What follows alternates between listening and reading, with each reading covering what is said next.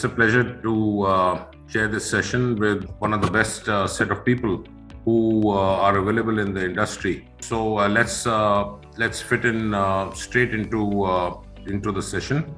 We have on panel a very esteemed group of people. Thank you, Sujata, for organizing this. I'll just request everyone just in couple of lines to introduce themselves for all the panelists. Beginning with Dr. Supe, if you can go ahead. Sure. I am Dr. Avinash Supe. I am a surgical gastroenterologist. I was ex-dean of AM Hospital, and now currently I am working as director of both Hinduja hospitals in Mumbai, Khar and Mahim. It's a pleasure to be part of this webinar. Mahapatra. Hello everyone, this is Dr. Shaktimay Mahapatra. I am a cardiac anesthesiologist by background, but into healthcare management side for almost like more than 10 years now. Currently placed as the Group Medical Director of Shahadri Group of Hospitals in Pune. Mr. Nand. Hi, good morning, everyone. My name is Nand Kishore. I am the CIO for Manipal Hospitals. I am with Manipal Group for the last 14 to 15 years. Overall, around 28 years experience in the industry. And it's good to be part of this panel discussion today. Thank you very much. Sujoy. Good morning, and glad that I'm here. I'm Sujoy. I work with different AIML projects at Apollo Hospitals. Been here for about 17 years working for Apollo Hospitals. Wonderful. So we go into today's topic. It's basically focusing on effective tools for patient safety, hospital workflow and culture.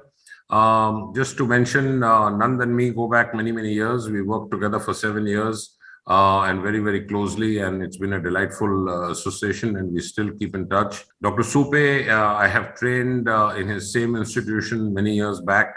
One of the premium institutions in KEM, GS Medical College. So it's absolutely wonderful. And of course, Walter Kluwer and me go back many years. We've been associated on various platforms and forums here and overseas. So it's always a pleasure. Let's begin straight away. When you talk in terms of patient safety and workflow and cultures to give better clinical outcomes, the first thing which comes to mind is we are patient-centric. We want to give the best clinical results. We want to use technology to the optimum. And there are basically few primary endpoints. And the endpoints are to give clinical excellence, to give operational excellence, to give nursing and doctor feedback in terms of work culture as a smoother integration, a better clinical experience, and last, most importantly, and least spoken about is how do you capture the data and what do we learn from the data. Taking this forward, it's important to understand that India perhaps has one of the largest cauldrons of clinical data, clinical patient load, and this is our wealth. I think any medical professional coming out from be it a government or a private medical institution would probably have decades of experience more than any person trained in any international center. Having said that, we are 1 million plus short of doctors and 1 million plus short of hospital beds. We are living in constraints in which, although the healthcare budget is grossly enhanced last year, but we are still in an environment in which we have limited resources in various parts of India, especially the remote interiors. And we are now expanding our hospital bases, government and private, across India. India has approximately 20% of the world population and 21% of the disease burden. So that's a huge clinical base which we need to deal with. Coming to Dr. Mahapatra, how would you define patient-centric approach and patient safety? Yeah, thanks, Dr. Bagai. So I would start like that. I think the basic ethos of healthcare starts with do no harm. So we must ensure when the patient walks inside a healthcare facility, at least if with the problem that he has come in, if it is not addressed properly, we should not make it more miserable for the patient. So that should be the first goal of any healthcare provider. So with that, the data suggests that there are avoidable mistakes that we do or avoidable injuries that the patients undergoes for every 100 admissions. There are 14 adverse events which can be avoided.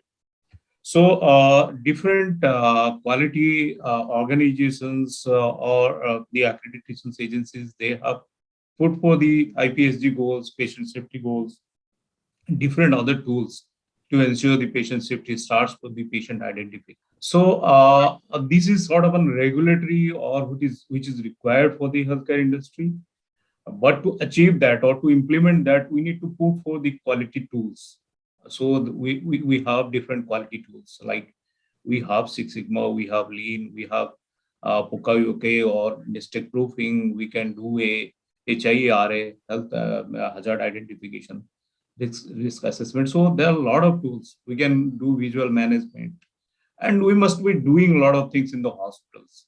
It's only that we have to orient the 360-degree of our healthcare manforce about these are the tools, these are used for these things, and very purposely, meticulously, if we'll do it with a purpose, we can actually avoid these injuries which are into the patient misery. We can reduce the cost, and we can make the healthcare more effective, efficient, and safe. Thank you. Wonderful. Dr. Supe, you have led perhaps one of India's largest teaching hospitals. Needless to say, it's one of the premium institutes, not only in India, but globally. What are the kind of checks and measures which you would tend to put in as an institute administrator in which human errors are reduced? Having said that, in 1999, there was a WHO manual which said to err is human. And the third most leading cause of death and mortality, even in Western hospitals in US and Canada, were human errors. How is technology being enhanced and being used more frequently to decrease human errors to make the doctors less prone to errors while managing patients? And the second part of the question to you is, what are the checks and balances you'll put up in a large hospital where these kind of errors don't occur? Over to you, Dr. Supe. I think first the general question is, how do we really cut down the errors? Now, maximum errors which happen are, as you rightly said, are judgmental errors or medication errors. These are the two major areas where the errors do happen. Now, judgmental errors, our whole plan should be, I understand there are alpha errors and beta errors in which we are worried about beta errors. That means the patients are sick and they are treated healthy. I think these are where people are missing a diagnosis, where the patients are not. And this is where I think the CDSS softwares come into picture, algorithms come into picture, and protocols and SOPs come into picture. The medication errors are there where we need to have somebody has to be a maker and checker. So there are usually two people would check it.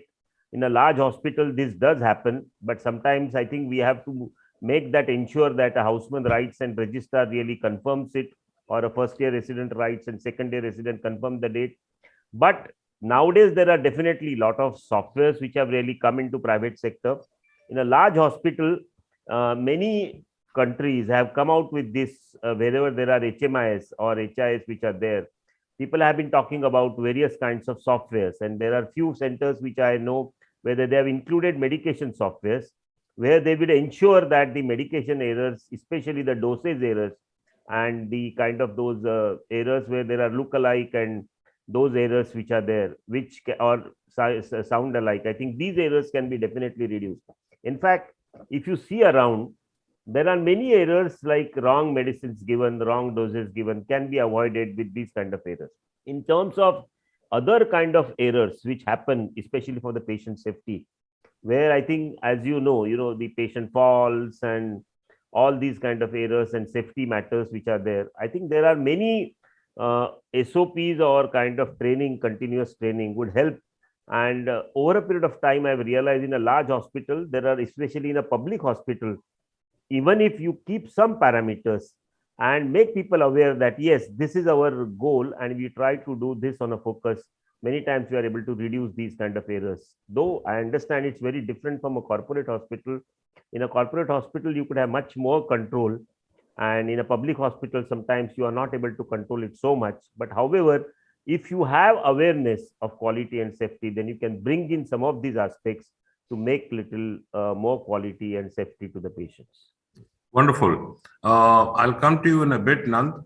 Dr. Sujoy, what would be your take on aspects of allergies, which are very often overlooked, drug interactions, contraindications, especially when a sick patient is receiving multiple drug therapies along different lines? Over to you. Thank you very much. Prior to my current role, that I've been, designing and developing different AI tools with the hospital data, for about 12, 15 years, I have been associated with different accreditation journey and have been myself in roles as JCI surveyors.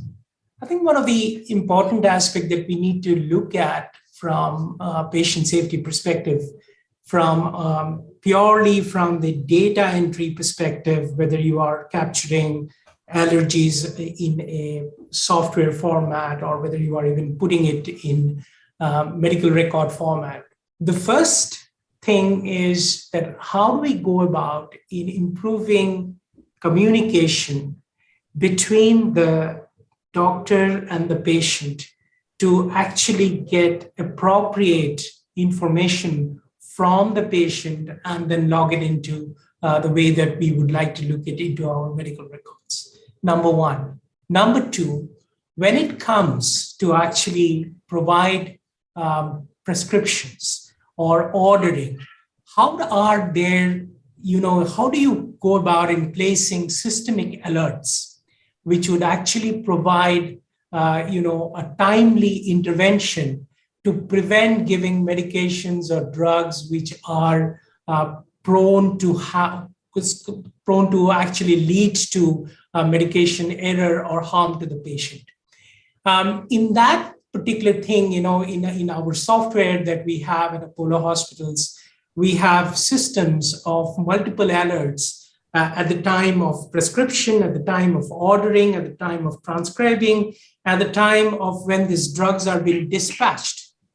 And you would have to see this, that at every level, the person who are seeing this prescription, whether it is the clinical pharmacology division, which evaluates the prescription on 9 different criteria, allergy being one of them, drug-drug interaction being one of them, where you have applicable softwares which are integrated into your system to identify if the dosage of the drugs or if there are drugs which could actually lead to medication errors are found in the system. The other very important thing that we often miss in, multi-speciality tertiary care hospital is to account for the patient's current lab records.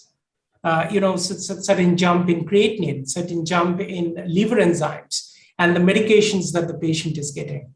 How do you get those appropriate alerts at every possible time so that the healthcare worker make conscious decision at every step in a medication error process? And you can do this in any other process in an organization with the good IT backbone, whether it is anesthesia, whether it is doing a procedure, whether you are doing a sedation, you can actually utilize the same principle. Wonderful. Harish, what are the kind of softwares which we have? What are the applications available? How easy it is for private practitioners, standalone clinics, radiology centers, lab centers, large hospitals, be it government or private, to actually utilize them? Thank you, Dr. Bagai. Really happy to be part of this esteemed panel. After hearing from everybody, I think today there's no question asked that technology needs to enable or drive the adoption of clinical decision support. And that was exactly one point which I have to bring up, saying it's only aiding in making the decision, because the physicians or the other paramedics or all the care providers who are involved in the patient care needs to be supported with evidence-backed data, because today any data is available with an internet kind of a world where we are. Data is available, but how much evidence is backed? That's the clear element which comes inside.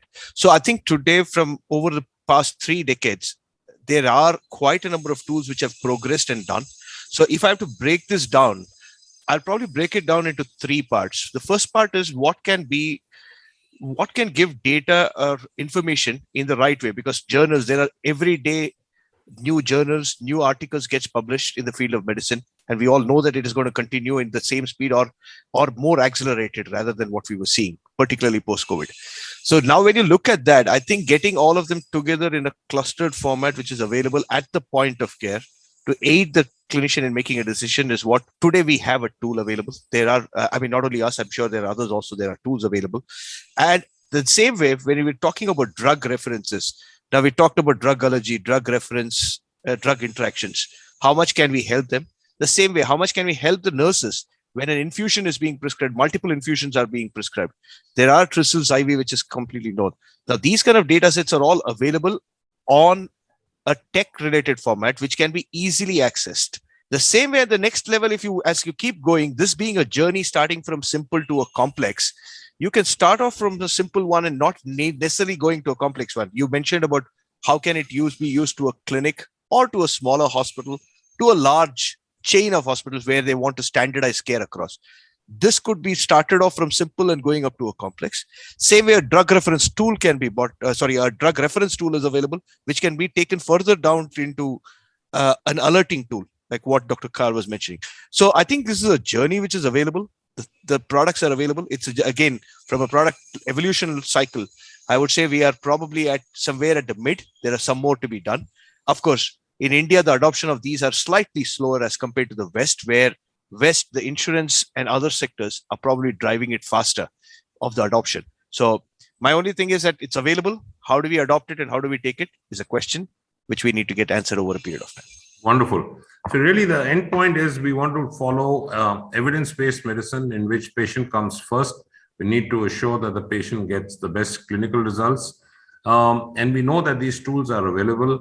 We know by using adequate technology, and I'm coming to you, Nand, we have almost up to 42% better clinical results, 30% better diagnostic results, 40% better discharge summaries coming out with more accurate diagnosis, 50% better ICU and OT bed utilization, decrease in hospital-acquired infections, better utilization of ward beds, lesser misdiagnosis, and so on. Nand is one of my all-time favorites. I'm biased, but there's a childlike in him which actually drives the technology part. Nand, the question to you is two scenarios. A pre-existing hospital which has a pre-existing IT system, what we call as a hospital information system, HIS, and a startup hospital which is being constructed. Walk us through by hand-holding in scenario A and scenario B. And in each part, what would it take to develop a HIS system for a common viewer to understand? And what would it take for us to go digital? What are the kind of portals and verticals as add-ons in digital? What would be the cost of a hospital HIS system for a 300 to 400 bed large hospital? What would be the cost of an add-on digital component? And going forward, over to you, Nand. Take your time. Thanks, Dr. Bagai, and very good morning to everyone, and very good morning to all the participants. It's a pleasure to be part of this discussion today. Let me come to the question straight what Dr. Bagai has asked me, and I would like to sort of cover the answer on a broader perspective and then go into the specific costs also.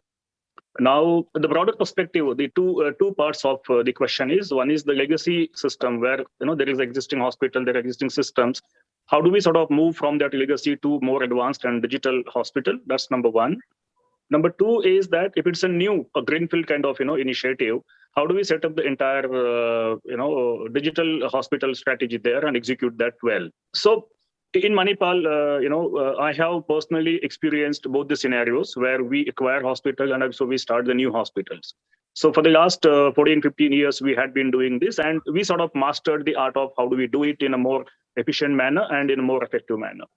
So coming to the question number one, whenever there is a legacy system with any of the hospital and we sort of acquire that, or we want to automate those systems, definitely, that process is much more complex compared to putting a new HIS system in the hospital. Because when the migration happens, we have to understand the current HIS system very well. Also understand what is the adoption level of the current system. And when we move to the new platform, what is important is that we should not, give something which is below what the users are consuming as of the day. Okay, we should be giving them better experience and better technology with better performance. Now, when we sort of deploy these IT solutions in the industry, healthcare industry in particular, there are three areas which we look at. One is the clinical excellence, operational efficiency, and the patient experience. In fact, I would add one more thing. All the suppliers and vendors and service providers, how well we can integrate with their technology also, that also matters. Because your entire supply chain is sort of, giving the support to run your hospital operation. So I would add the fourth vertical, your entire vendor ecosystem. So obviously, whatever we do in the hospital environment, these are 4 to 5, buckets where we'll put those initiatives. So I think the basic thing would be writing down your entire current, processes, to be processes, and then a journey towards what would be the to be processes with the new system, and how that can enhance the productivity, efficiency, etc. That should be very clearly highlighted. Now, when we come to the cost part of this, typically what happens is that when we are budgeting the hospital digitization, so for the core systems, which has your HIS, PACS, ERP kind of stuff, so I think roughly around 5 lakhs per bed is what a normal digital hospital would need. Okay, around 5 lakhs per bed. But when you want to have a fully digital hospital where you have digital OT, you have digital ICUs, and you have a lot of mobility and stuff, IoTs and AIs and stuff, etc. So that cost might be around 6 to 6.5 lakhs per bed. Okay, that's the delta of the digital hospital. Let's take one example. If you set up a hospital of, let's say, 200 beds, the overall budget could be in the range of around 320 to 330 CR, out of which around 60% goes for the building. And then there is next to that is around 20% or 15% is the equipment, and the rest of the other things. So the digital of that, let's say 300 crores would be roughly around 15 to 18 crores kind of budget. Okay. So I think if you consider the overall hospital strategy and hospital plan, this budget is something which is very essential budget, because once you set up the foundation of digital, okay, that is going to give a lot of benefits as we proceed. And we have seen in all the other industry, without technology, I don't think we can survive. We can't be competitive. We can't even sustain.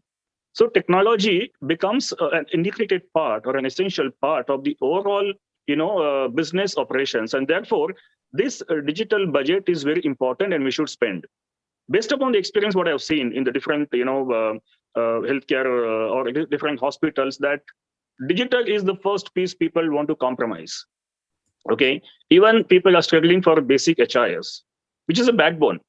Now, if my body's spine is not strong, I cannot have a healthy body.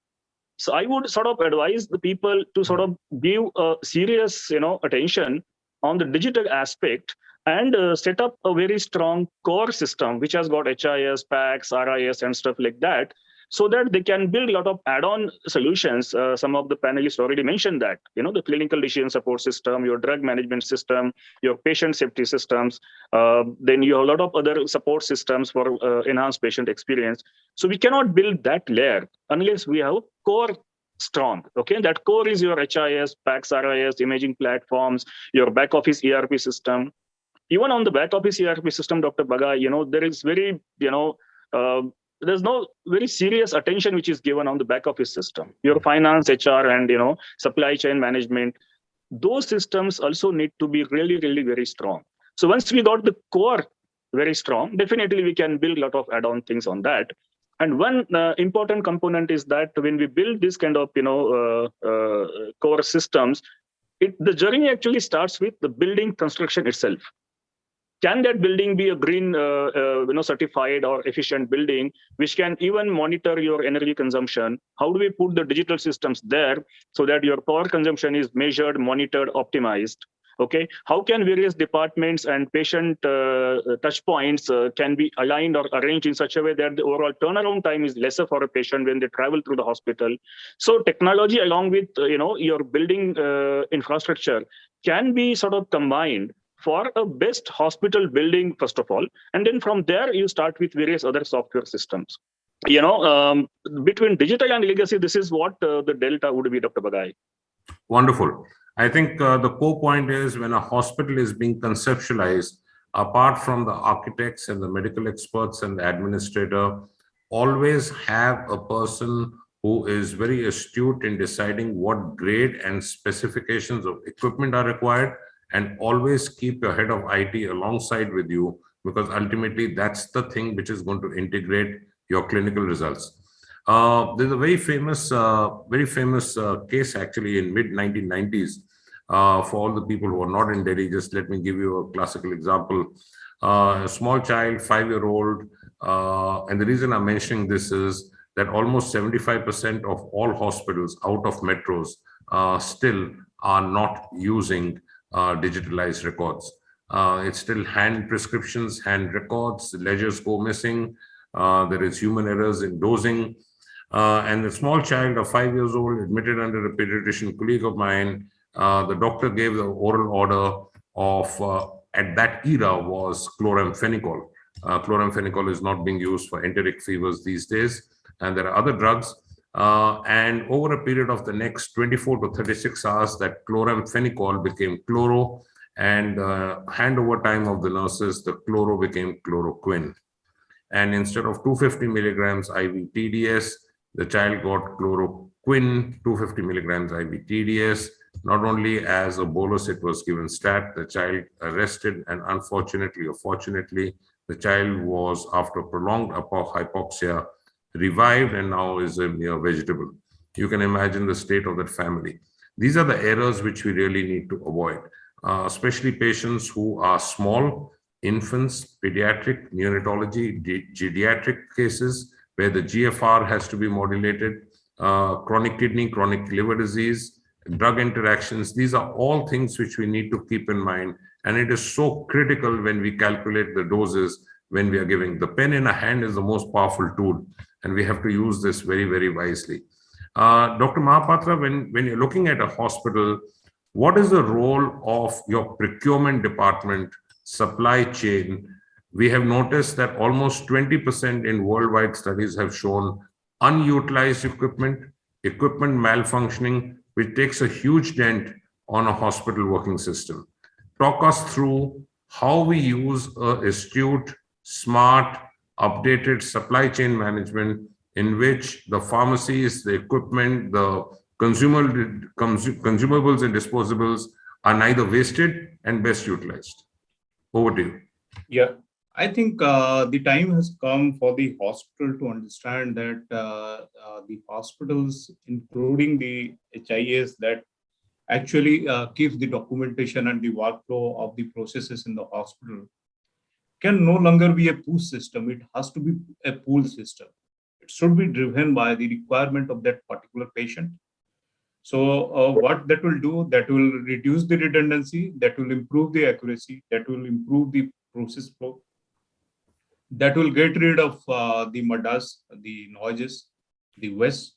So to do that, the supply chain needs to be aligned starting from the patient at the bedside or in the operation theater to the vendors.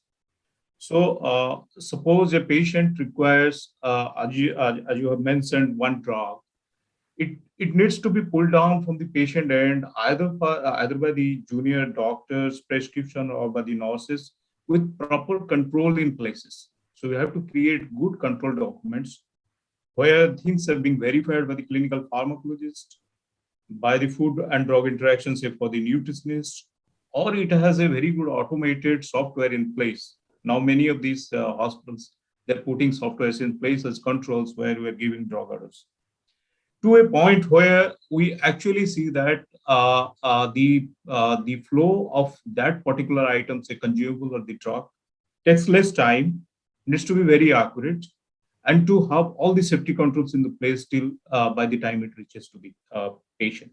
So that would be sort of a supply chain perspective that I discussed. I would say a little other aspects which we tend to ignore. Say, suppose for an equipment, what I have ensured and I have done in my previous hospitals, I would never allow any technician or a doctor to handle equipment without proper training or without proper credentials. So I would privilege all the people handling an equipment or handling a drug or handling a patient with their proper privilege.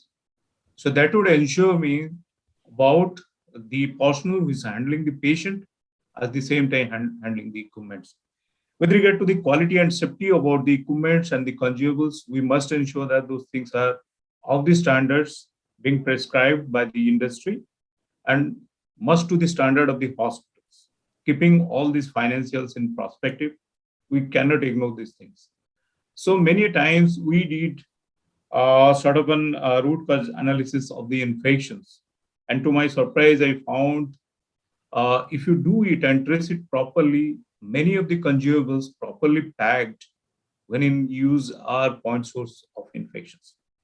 So we do a lot of sort of root cause analysis if there is an outbreak in the ICU, and if the outbreak doesn't align with our antimyogram, so we do proper root cause analysis, and many a times it is like a scrub or sort of an IV fluid, and we found those, and then we do a recall and we take care of them. So supply chain needs to be aligned in many ways. Like means we can see what are the consumptions of antibiotics and if they're properly, being aligning with the antimicrobial stewardship program or not. So we do stress those things, and then we can find out actually if the things are, we can find out those things before it get out of hands.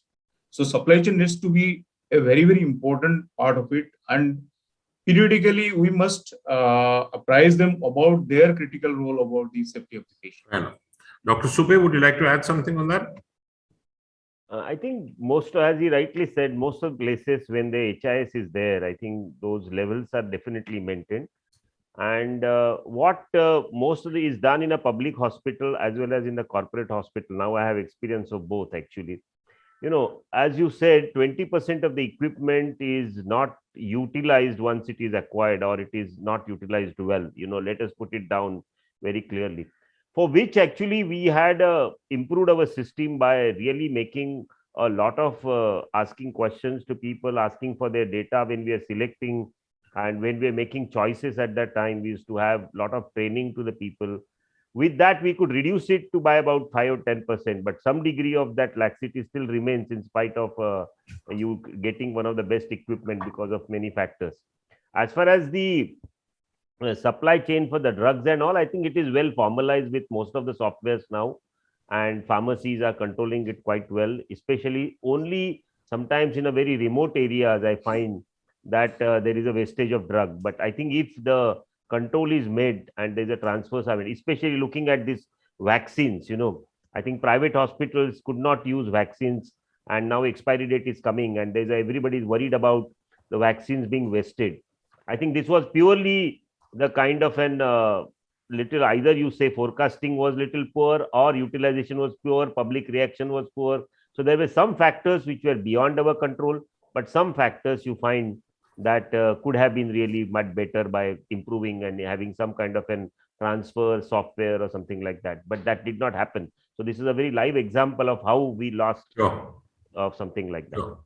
Sujoy, would you like to add something? I think one of the very important thing in the supply chain that possibly we would have to put it in perspective of patient safety is the integrity of your supply chain, and how technology can help in the integrity of the supply chain. Because we know there have been lots of reports from World Bank, World Economic Forum, WHO, and others about drugs which are spurious or medications which are substituted, and they are entering into your supply chain system, which you possibly as an hospital or an organization would not even know.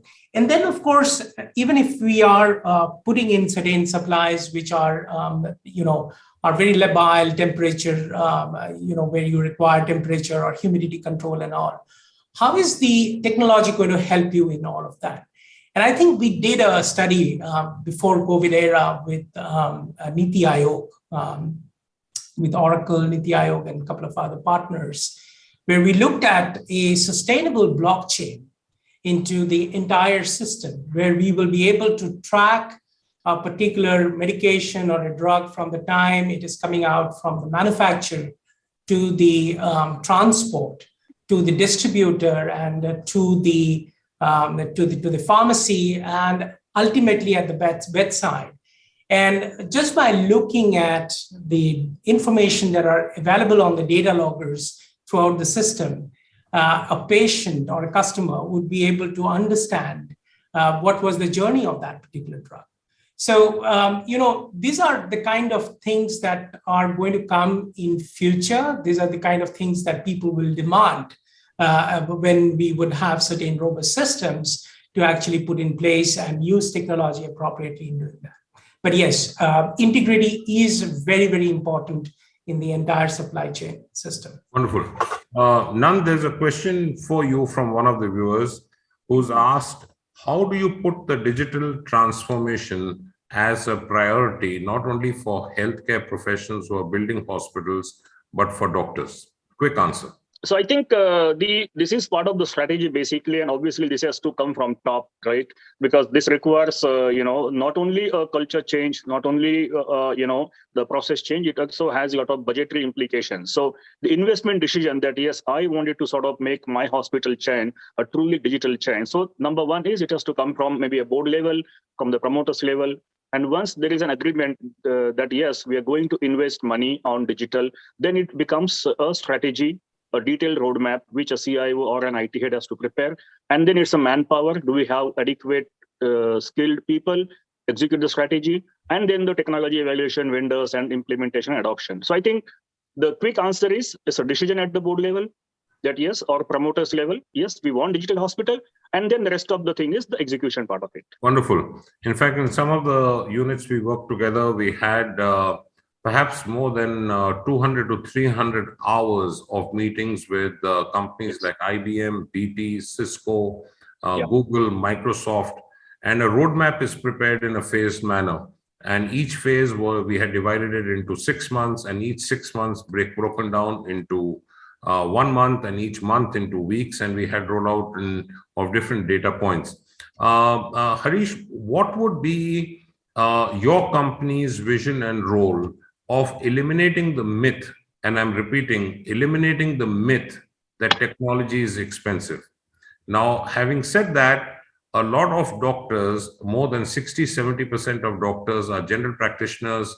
They work in their small little clinics, and they're hesitant. One, because what they don't know, they'll never know. Two, should I spend this little bit more? Three, what benefit am I going to get? What would be a plan of a large company like yours in which you could probably link with Indian Medical Association? We have 14 lakh registered doctors, in which most doctors, if it is shown to them as not only as a pitch of a business wise, but a pitch to make them aware of the usefulness and the cost effectiveness of your kind of platforms. Over to you. For this question, I think I'll answer it in two parts, or probably three. So the first one is, I think you're absolutely right. I think the need for an individual physician, I will just put it as an individual general practitioner, to a single physician, to a, let's say, a medium-sized hospital to a large-sized hospital. The need from them, from a clinical decision support, or even, let's say, a drug reference tool, what is needed, would be needed in all across the three. But the levels at which it is needed is completely different. From an individual person, as a company, what we do today, if I'll just take a brand name here, which is UpToDate. UpToDate, if a single physician would like to need it, he could go ahead and take it online itself. At the same time, when you look at it from an enterprise, which is where we're today probably talking, and I'll probably link that. When you're looking at an ecosystem of a hospital, let's say 300 or 400 bed, we're talking of technology and everything.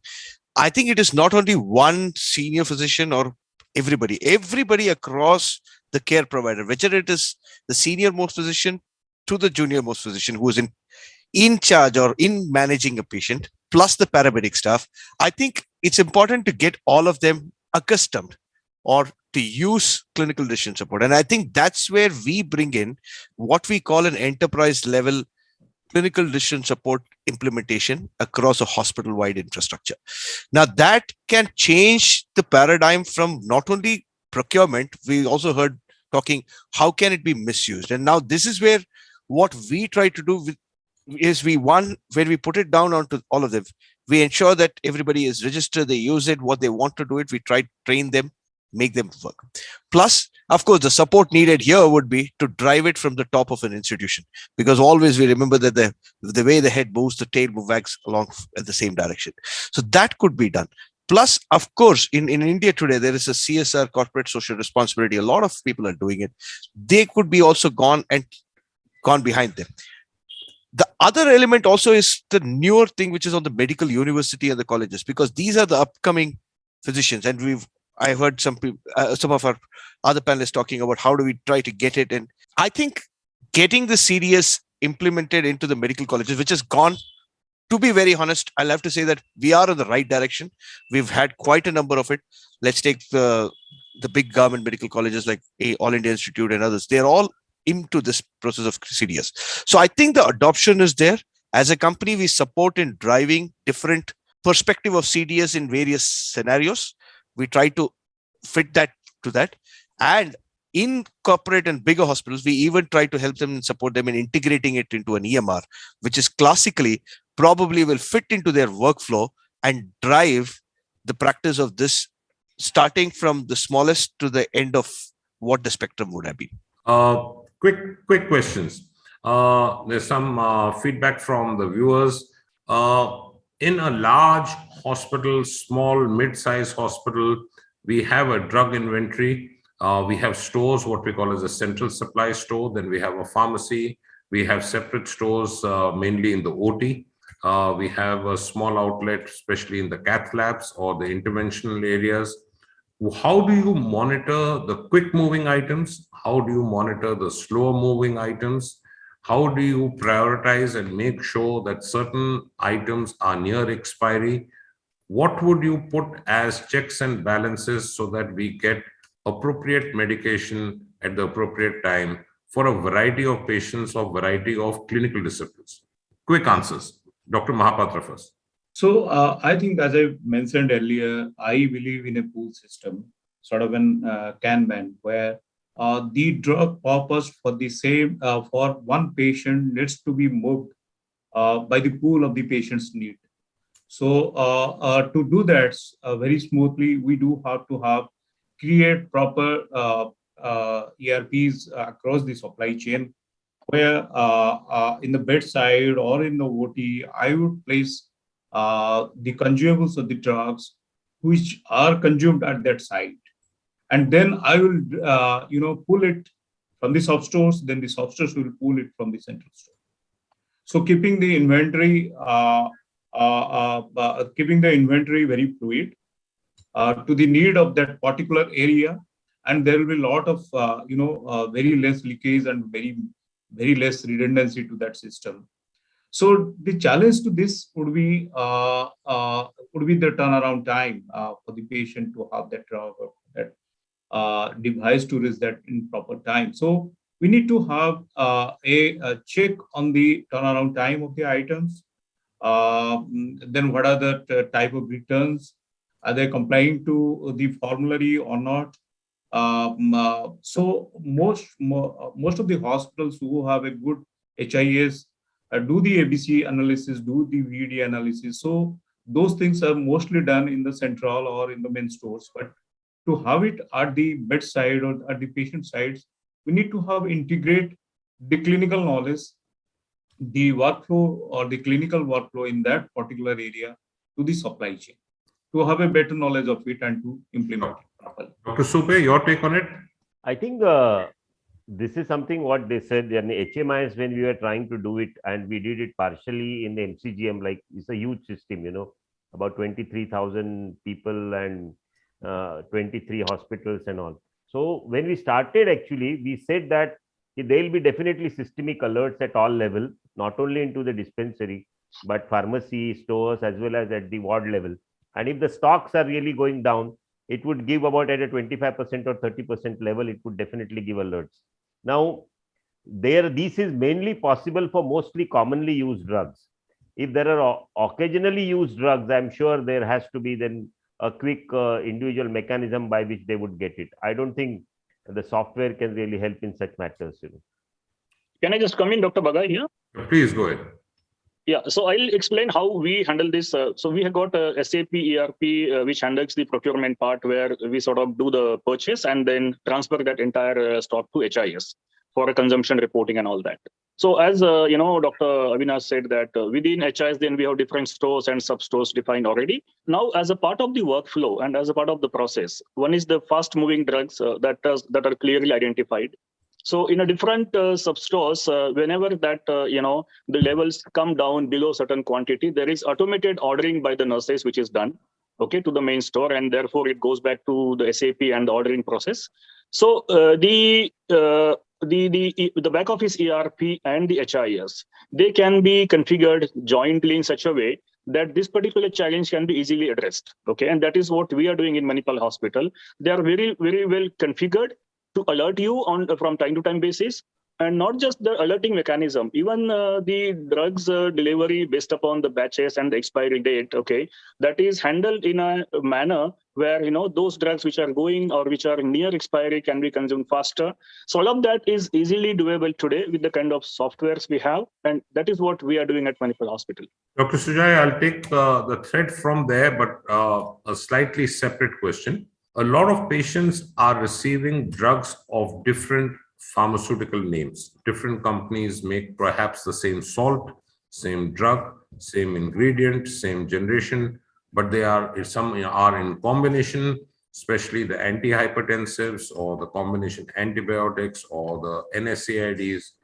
What mechanisms should be put in place in a busy hospital where a doctor who may not be that conversant with a particular brand of a drug in terms of the ingredients, that he knows that this is the salt the patient has received, this is what he should not receive, this is how the dose needs to be modulated.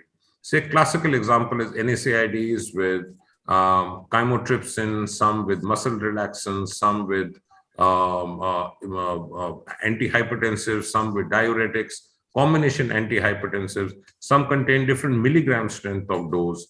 We also know that some of the drugs which were earlier called as quinolones now come under different brand names. Patients with seizures should not receive quinolones, and so on and so forth.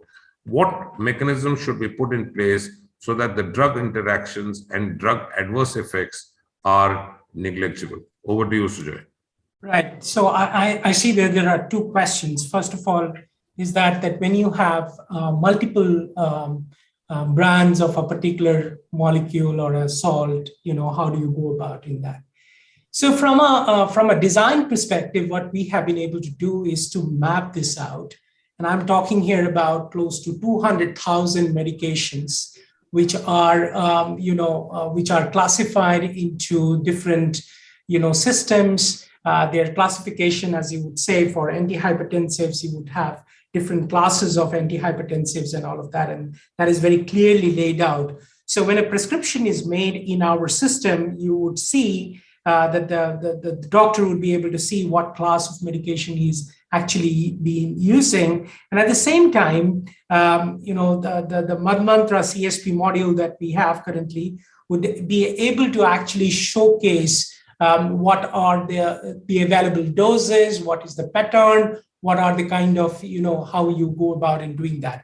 That is from design and from the prescription perspective. The next thing that you talked about is the drug-drug interaction. So once these medications have been prescribed by the doctor, whether it is in outpatient, inpatient, whether it is something which is a very emergency drug that has to be delivered, it has the loop that goes through the clinical pharmacology team that are centered in our pharmacies. And clinical pharmacology would look at all prescriptions, barring those are used during the crash management of a patient in the crash cart, or if they are being used inside the operating theater. As I said, there are 9 different criteria which have to be fulfilled and looked into, including drug-drug interactions, but also patient identification, allergies, and other ones like, patients' current lab values or previous medications that they are getting. All of these is helpful because of one, drug-drug and interaction software, B, the integration of that drug-drug interaction software within the hospital HIS system so that they can see this at any point of prescription, ordering, review, dispensing the drug, and also at the point when the nurse is going about and administering the drug at the patient's bed. Okay. Harish, what kind of mechanisms can we have in place which act as an alert, not only for the doctors, the nurses, but also for the patients? Example, most patients would receive more than 2 to 3 drugs, some 4 drug anti-tuberculous. How should the alert be that an LFT is warranted at X number of weeks? Or say, for example, a geriatric patient is receiving antihypertensives with diuretics, that his electrolytes need to be monitored. How is this system integrated with the running hospital? So let me try to segment this question. The first part of it is, I think, classic element, what you mentioned. There are a lot of people involved in the care providing, and including the patient himself. So starting with the physicians, I think the first step would be when you, let's say, prescribing a drug, and if the infrastructure, like what everybody says, is clearly showing across what drugs are there, there are tools available, the monographs, because I think it's only one part is to say what drugs have been there.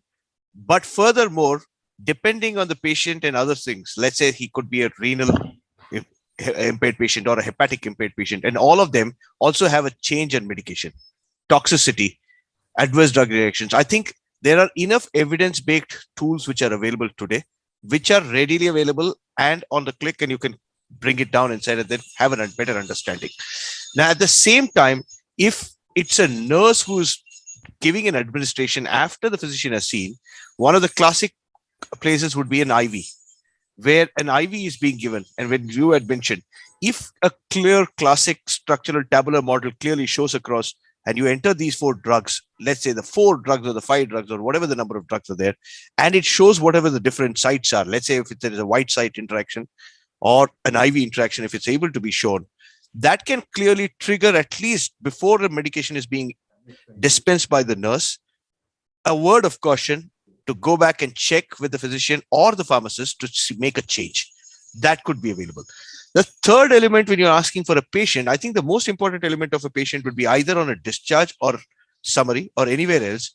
Patient education is very, very critical. How and when a drug has to be taken, and which is commonly, I think, in all the prescriptions today, we say it's before food, whatever it would be, and what are the different points which comes out of those drugs also have to be indicated. Now, you'll be very surprised. All these elements are integrated as part of that so-called clinical decision support. Wonderful. Whether it is about the drug or as one. And one last one would be, it is not necessary that it has to be accessed through a laptop or a computer. It can be even available on a mobile app. So it can be made easily available at the point of care or at the patient for a reference. So Wonderful. Thank you. So we, Dr. Supe, so we talk of patient safety and patient-centric, but the core of hospitals are the healthcare workers, be it doctors, nurses, paramedical staff, even the facility management staff. A lot of doctors, a lot of nurses have, unfortunately, needle poke injuries. What mechanisms do we have in place to safeguard their safety? What would be done to monitor and when? And what should be screened and when? Fine, Dr. sure. Supe. I think that's needle stick injuries are there in every hospital, and I must tell you, many places they are underreported in spite of all the kind of care which is taken and everything. So the first thing is a proper training programs have to be there for every healthcare worker at the time of their induction, and all interns, and by the time when people start handling the blood, nurses and all, everywhere there should be a continuous kind of the support faculty. In fact, you should start building up a system where there is a minimum amount of chances of poking. That means you have the needle safeties, then you tell them that, okay, no recapping of the needle, then you provide everywhere that they can, how they throw it. There's a minimum handling at all levels. Then biomedical waste management, how they do. All this, if you put in proper places, and if you do training of most of the, I feel we have been able to bring down the needle stick injuries over last few years, but they are still not gone. So I think the point here is that, yes, you can use technologies like, say, newer kind of things which you can really do that. especially the needles and all. There are, of course, soft needles, needles which don't, I mean, these are all kind of things which come. Even the sutures, there could be sutures where now there are sutures which come out. Many of these companies have where the chances of injury at the time, even if they will not, they will go through the glove, but the chances are less. Now that these all can be adopted, but more than that, I personally feel is continuous training, and you have to have that program available all the time. And in emergency, if something happens, there should be protocols are very well written now, and the people have to go to the ICU or the casualty and take those medicines, get those testings done. You test the patient and follow it up well. There is a rescue medicine which is already there. So I think healthcare workers have to have these kind of awareness, and they should really come forward and they should do it. And I think that there should be monitoring by the committees, especially the infection control committee, and they should present this data to the management, and management should see whether there's interference is needed to see that we can put this back. And this has been over last, as I said, 20 years, there has been a lot of improvement, and the injuries are less, but they are still there. They are not gone. Nand, the question to you is, a lot of it's a medical question, a lot of doctors are screened initially, but there is a window period in which the viral infections actually surface as far as the diagnosis is concerned, many weeks, many months later. Can we have a system in place in large hospitals in which the hospital administration and the individual doctor is alerted that he needs to go for a retest? Yes, Dr. Bagai, definitely we can use, some kind of software solution here or algorithm to sort of, capture these inputs, data points, and also over a period of time, keep reminding or alerting on sort of routine checks which needs to be done even for the healthcare workers. So definitely this can be part of the entire, the IT platform, IT systems, and we can integrate that with the core systems as well. So there could be a periodic checks, periodic reminders, alerts, notifications given to the healthcare workers. So definitely the answer is yes, we can do that. Okay, question for everyone in any order. Are your individual hospitals integrating not only COVID vaccination records of the healthcare workers and all workers in the hospital, but other immunization records for overall safety? Beginning with Dr. Sujoy. This is very fundamental. Vaccination records are definitely required, not only for very common vaccinations like hepatitis B, and now, of course, the COVID vaccination, but also mumps, measles, rubella, DTP, and all of the others for all healthcare workers. And at Apollo Hospital Systems, for organizations which have gone through different accreditation program, whether JCI and NABH, we have been having this for past 12, 15 years at least. And I'm talking about 8 big hospitals and 25, 26 and other hospitals as well.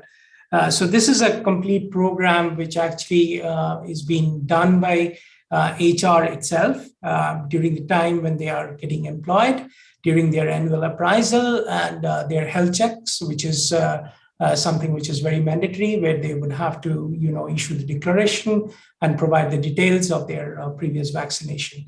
So I think this is a very fundamental step towards healthcare safety. Anyone else who would like to comment on that? I think what they said is COVID vaccine, definitely everybody is keeping a record and people have been vaccinating.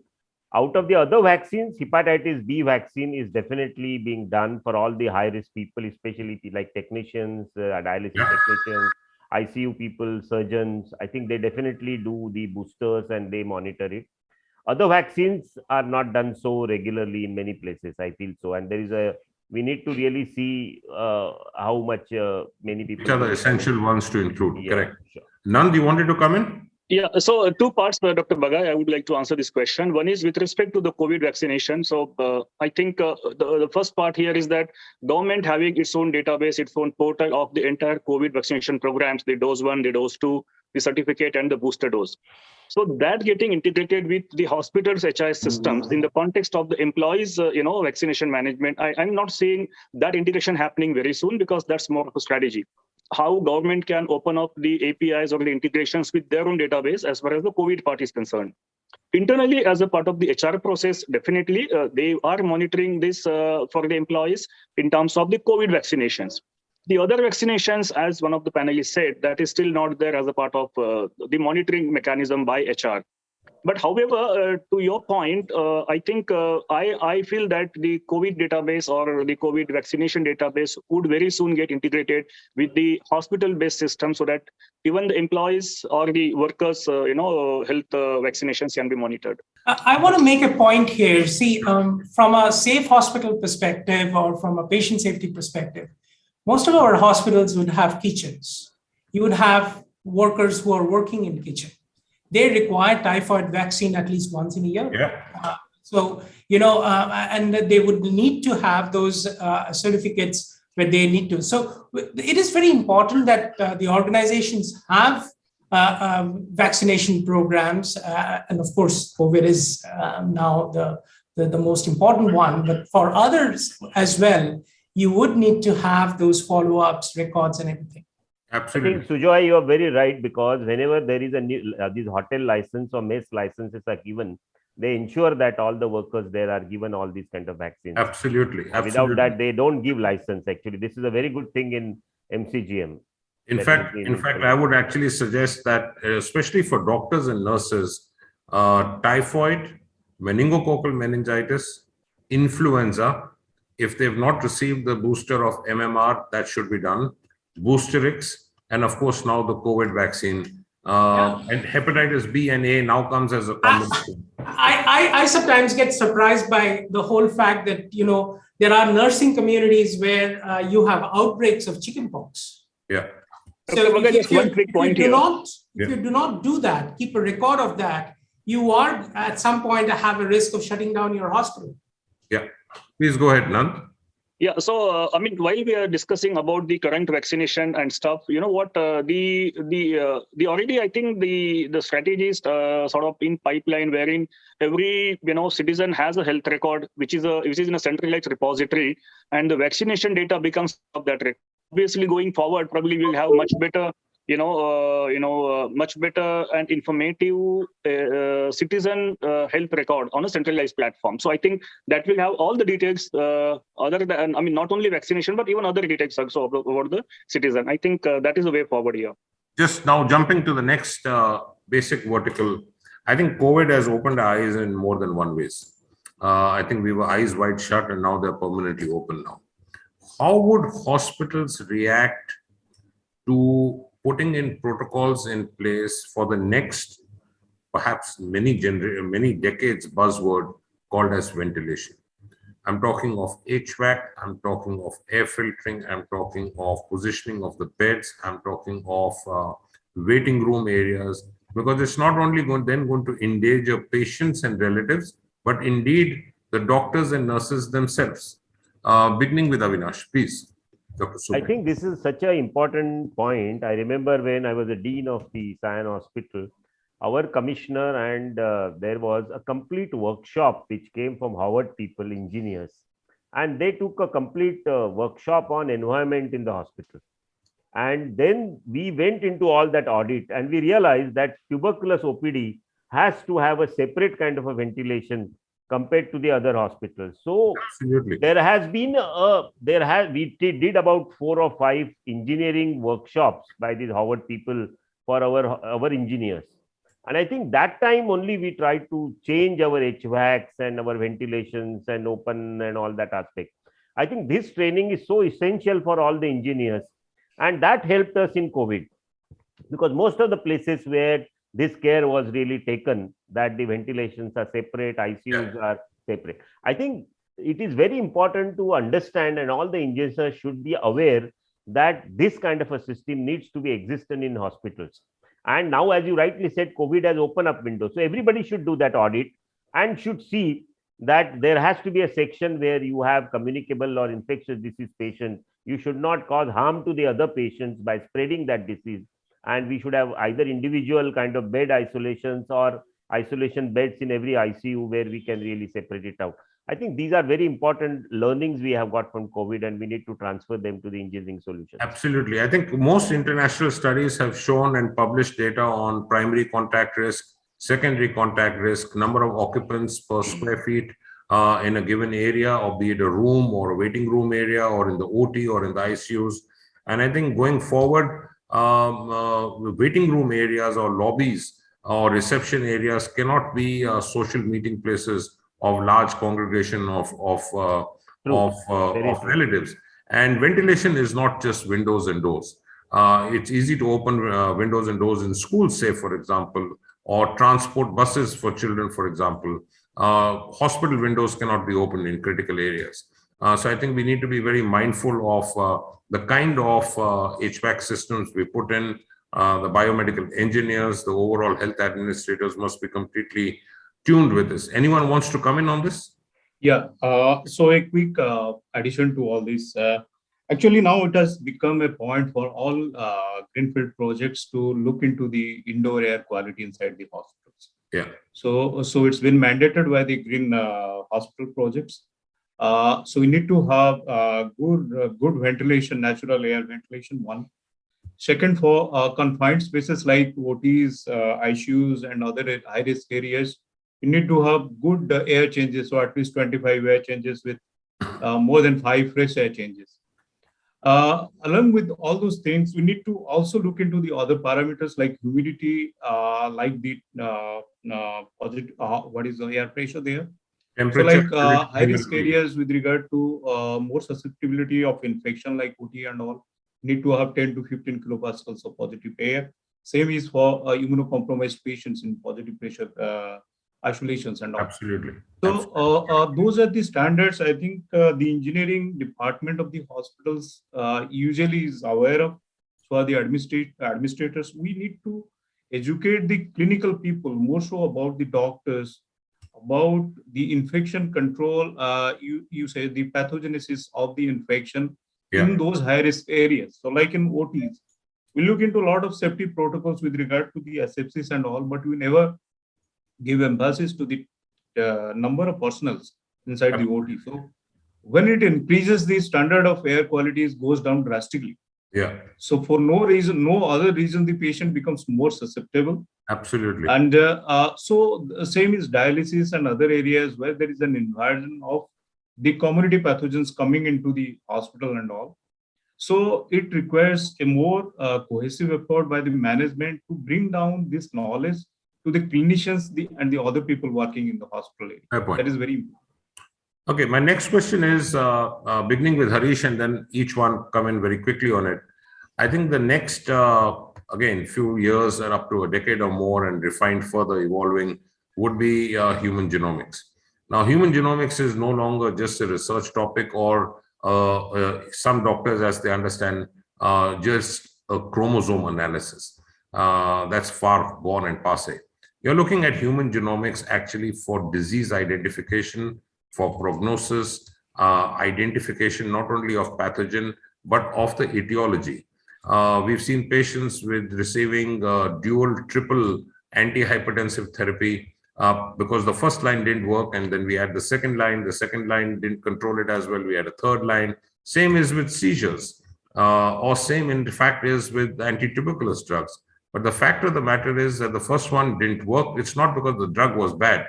It didn't work because that particular person of that sex, of that age, at that point of time in his life, because of adaptive and innate immunity, is not susceptible to that drug. Your take on including genomics in a platform which is easily utilized? Thank you. I think it's a great topic. Pharmacogenomics, as I would call starting off from one part of it, is already integrated. Our drug reference tool is called Lexicom. Already that is included. Of course, as I mentioned, evidence-based medicine and a clinical decision support, which has to be backed by that evidence. As and more the evidence keeps coming in, this keeps getting updated. And just for that information, that our updates happen on a daily basis or even hourly. So it is included. It will be available. It's available already to use for any clinician from any perspective. Nand, do we have that in place in most of the hospitals in your chain? So as of now, we haven't really started integrating that part of it, but there is a process which is already initiated. Okay. Anyone else? Dr. Mahapatra, Dr. Sujoy, you want to come in on genomics in terms of diagnosis and treatment? Yeah, so we are now focusing more on precision medicine. So when we are talking about precision medicine, that needs to be driven by the evidence, and that needs to be very, very targeted. So to do it, two part. One is about the patient information, diagnosis, and other parts. Uh, we need to have good data repository for the longitudinal follow-up of the patients. Need to have good decision support system to achieve good diagnosis, and precisely to the molecular level. We know at the clinical sites the technologies are there with regard to see to the genes, say for the NGS, next generation sequencing, and other things. We are now into it to go into the genetic level, mixing it with the phenotypes and other things. We are also integrating data for immunotherapy, which is just coming out. And the technology needs to be integrated with regard to the knowledge base part of it to arrive at a arrive at a diagnosis quickly, and then because those are very, very costly affairs.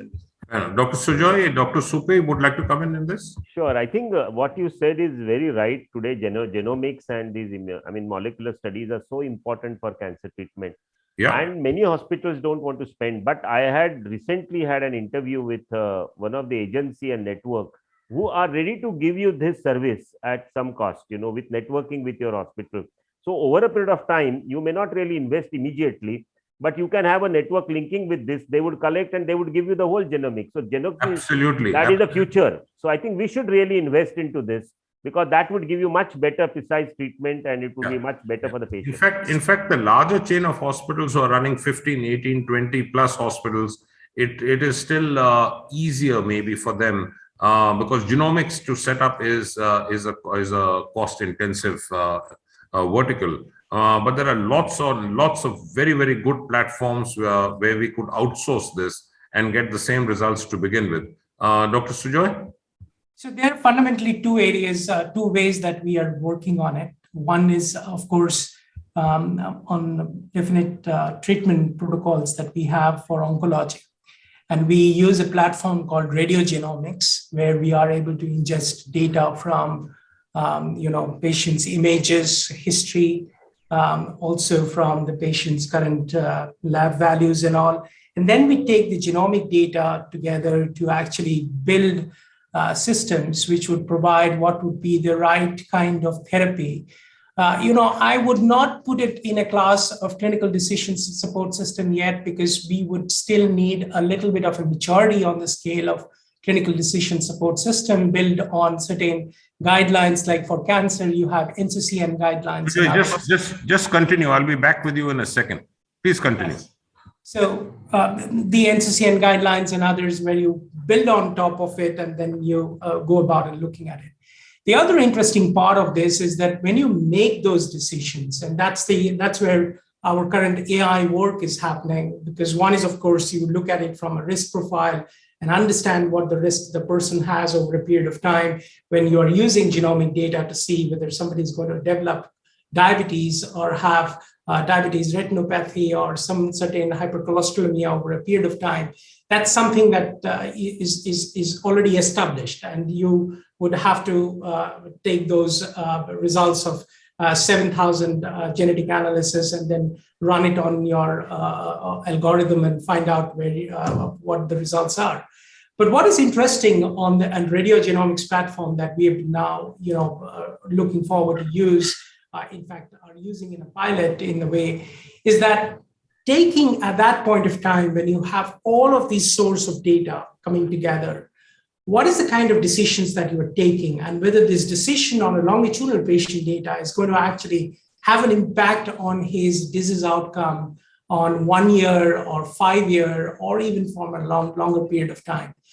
So very, very exciting field, evolving. And, it's about time that we all go about and looking for this to make it much more viable and accurate. Yes, very true. Actually, if you look at even surgical side, the artificial intelligence has come in such a big way now. Even like looking at the patterns and decision making and the kind of I mean, simple thing like laparoscopic cholecystectomy. Now there is so much of machine learning has happened about the advices which are given on this.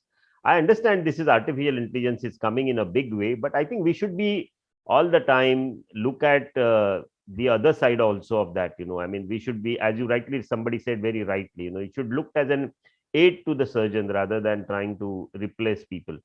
And over a period of time, I think this is going to take over and it is going to make your life little easy. But as I said, the technology itself has its own errors, and one should really understand this technology before we really use it without monitoring. Yeah, and one of the most important that the work that we have been doing, particularly in association with organizations like World Economic Forum or even WHO, on establishing how you integrate AI with medicine, AI with clinicians, because we understand this very clearly that it is something which has to be inclusive. You cannot think of something other than the one against the other. You cannot pit one against the other. It has to be inclusive, or just as the way the other technologies are used in healthcare.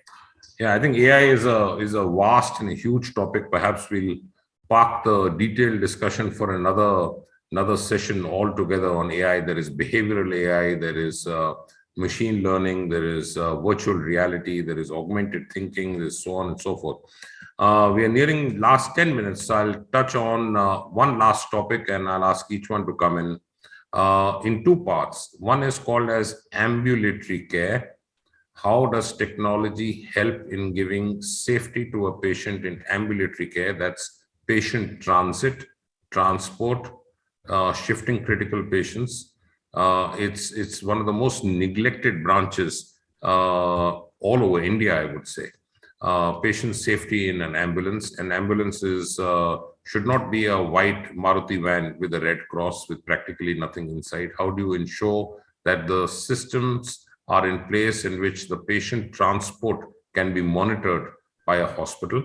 And the second part of this is telemedicine in terms of e-platforms. I think COVID has almost doubled the rate of the frequency of not only e-consultations, but e-radiology, e-pathology, e-ICUs, and so on. So I'll begin with Kishore, with Nand Kishore. Can you tell us what are the systems we put in place where we built a beautiful command center, especially from the advanced cardiac support ambulance systems here in Delhi? Can you give us some insight into what systems are put in place for that, and how do we make the platform of IT wider in which patients can access us not only through simple video calls, but through a formal platform of e-consultations in which their data is still captured? That data should not be lost.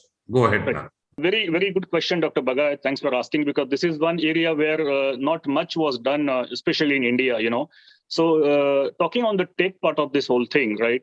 So here we have the first part is your core IT system in the hospital, which is HIS and a lot of other, technologies there in the hospital, which is a core part. Then what goes inside the ambulance in terms of audio, visual, sensors, etc. And the last one is the connectivity with the patient side, the patient home part of it. So what happens is that I think to sort of enhance this platform, definitely your last mile connectivity is very important factor, because anything you carry inside the ambulance will have to connect to the hospital system, and that will connect only through some kind of mobile connection. With the entry of 5G, obviously this is going to enhance further, because the connectivity with 5G will be multifold compared to the current 4G connectivity. So that's the connectivity aspect. Now, coming to the ambulance, how can we have the IT systems inside the ambulance?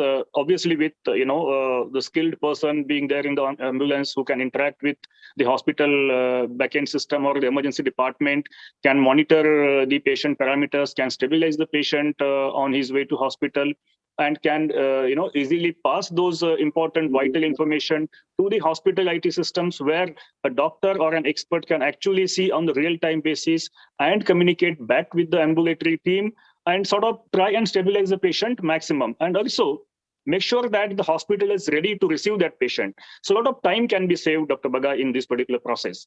So today, there are technology pieces available. Audio visual is available, your video conferencing is available, your sensors integrated systems are available. Now the whole objective or the idea here is integrating all those systems and putting that in a box inside the ambulance and make it very, very interactive with the hospital backend system. But as I mentioned earlier, unless you have a strong hospital backend systems in place, this will not yield, results. So that has to be anyways there. So the the ambulatory tech part, the connectivity part, and the back office part, not only the tech piece, your process and the people part of it has to be put in place so that there is a very, very accurate, responsive, and fast, response which can be generated from the ambulance to the hospital back office system. So I think technology part is really available. It's only how we can integrate that and put in place. Okay, 1 minute each. Dr. Mahapatra? I think it is very important with regard to the turnaround time or with the golden hours of the patients to pick them very early. So with regard to the information, pre-stored information, health information of the patients with the healthcare providers and integrating the health informations to reach them timely or preempt their health events in the community is the ultimate goal, where we actually bring in the accessibility of the patient to the healthcare. I think that would be the vision of the healthcare provider side. But there is a large gap as of now, and I think we are closing on the gap, both from the technology side and also with regard to the acumen of the healthcare provider knowledge with regard to how to deal with these patients. So now many of the ambulance networks, they do have this integration with the hospitals, or hospitals they have their softwares where they can track ambulances and the patients in real time to bring them and to achieve bring them to the hospital within the golden hour so that the outcomes can improve. Sure. Harish, something where your platforms can be used in home care by patients themselves. Can there be a platform in which patients can use your technology? I don't think because we aid clinicians in making the decision. So we don't directly do it. But I think, like what I had mentioned earlier, we have this patient leaflets which are available, patient information, which will help them to understand themselves better and how the doctor is doing it. I think that's the place where we come in and add. But of course, from an ambulatory position, I think we are basically trying to again do the same thing where mobile apps are available, where all the details are available. If somebody wants to check on the decision, what he's making, and the evidence behind that decision, that could be done. So these are the spaces which we place where we play directly a critical role. Okay, Sujoy, quickly. During the COVID times, we actually got the real test of all of these. Telemedicine has been the forefront of Apollo for almost 20 years. Just before COVID, the pandemic, we launched our digital health platform, Apollo 24/7, which had a vast amount of COVID-related virtual consults through that particular platform. But I think overall, if you look at the scenario, if you look at every piece of it, and I think Kishore just said about that, it's about how you go about in connecting those pieces of technology, bring them to an integrated platform where you are getting information or data from connected devices, IoT devices for ambulance, their geotagging, where the patient is localized, and then of course send it across to a central command center, look at it, how all of these has been done. And in many ways, these are there in bits and pieces, and these are now getting a very nicely coordinated, particularly, one of the work that was done by one of the major IT companies on roadside head injury that are happening in a stretch between Bangalore, Hyderabad, Nagpur, and taking up to Delhi, and how we would be able to identify at different levels the nearest hospital where we could take these patients and treat them around. So exciting times therein as well. Sure. Dr. Supe? I think we had a lovely, I was director of the Regional Resource Center for the IT and in our medical thing. So we had to increase this network of telemedicine in 5 states. So we really did that time, government did a wonderful job, which came in help in COVID times. And as you know that the home care, which is given by our hospitals, is very well known. The weak area, as you said, is ambulances. I think as Nanda Kishore said, this is lot of technologies available. But if you look at a city like Mumbai, most of the ambulances are politically driven. They are political peoples, and we try. I tried a lot to really organize the ambulance sector, because the same was the issue. We could never get an idea how many patients are coming and linking of the patient's condition. I think this is one area where I think we need to invest our technology into that. If the patient gets at a massive disaster, they can be geotagged and the hospital get information that this is a patient coming. Somebody can really give information on that. I think this is one area which all of us should really to work on that. Very few hospitals, I remember Max in Delhi, I think they have an ambulance kind of a tracking system. But I really don't know whether they can advise treatment and treat the patient by help. You can track an ambulance, that is fine. But giving a treatment by giving advice on telehealth is an next level. I think we should all try to work on that level. I think that's where I think we should all work on this. Nand, can you come in? Yeah, quickly. So there were 2 parts to your question. I only answered the first part. The second part was on the telemedicine aspect of this. And probably I would add the third angle to it is the home care part of it. Telemedicine and home care in particular during this pandemic, it has really, fast-tracked the adoption of telemedicine as well as the home care as a vertical. And most of the organizations like Manipal, home care along with telemedicine is a separate even P&L for us. All right. So irrespective of the pandemic situation, this telemedicine and home care is going to grow. And this will ensure, more and more coverage and connectivity with the last mile, consumers for us.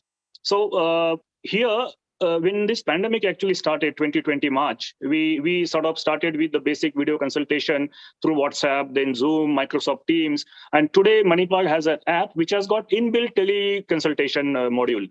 So you don't have to really go out of the patient app, Manipal patient app, for doing the teleconsultation. It becomes an integrated part of the patient app, where it is a complete workflow, complete process, right from registration, appointment, payment, teleconsultation, e-prescription, and home care part of it, the delivery of medicines, the pharmacy and the lab orders, etc., to the doorstep. That is completely integrated.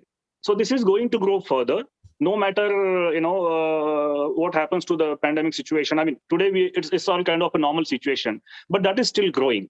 Now, home care as a separate vertical is getting integrated with the telemedicine. So jointly, this will transform more and more, and this will also sort of change the way we deliver, especially the investigations and the outpatient services to the consumers.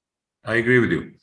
Just to quickly end, I think we would like to see hospitals which embrace technology, who integrate the digital platforms, who integrate whether it be in-house or outsourced platforms in seamless connectivity.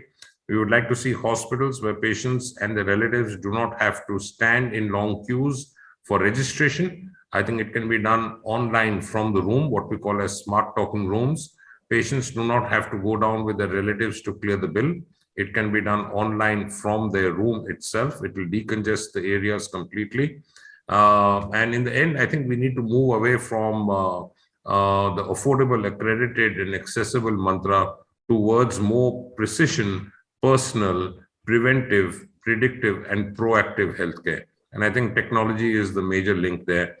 Thank you, all the panelists. Thank you, the organizers, Sujata, Walter Kluwer, for organizing this. Wonderful to be with all of you.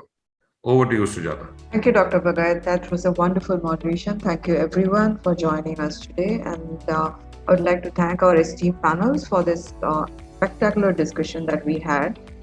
It gave deep insights into the topic and also revealed some interesting facts.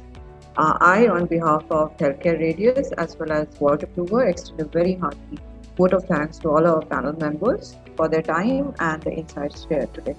Till we meet next, thank you, everyone.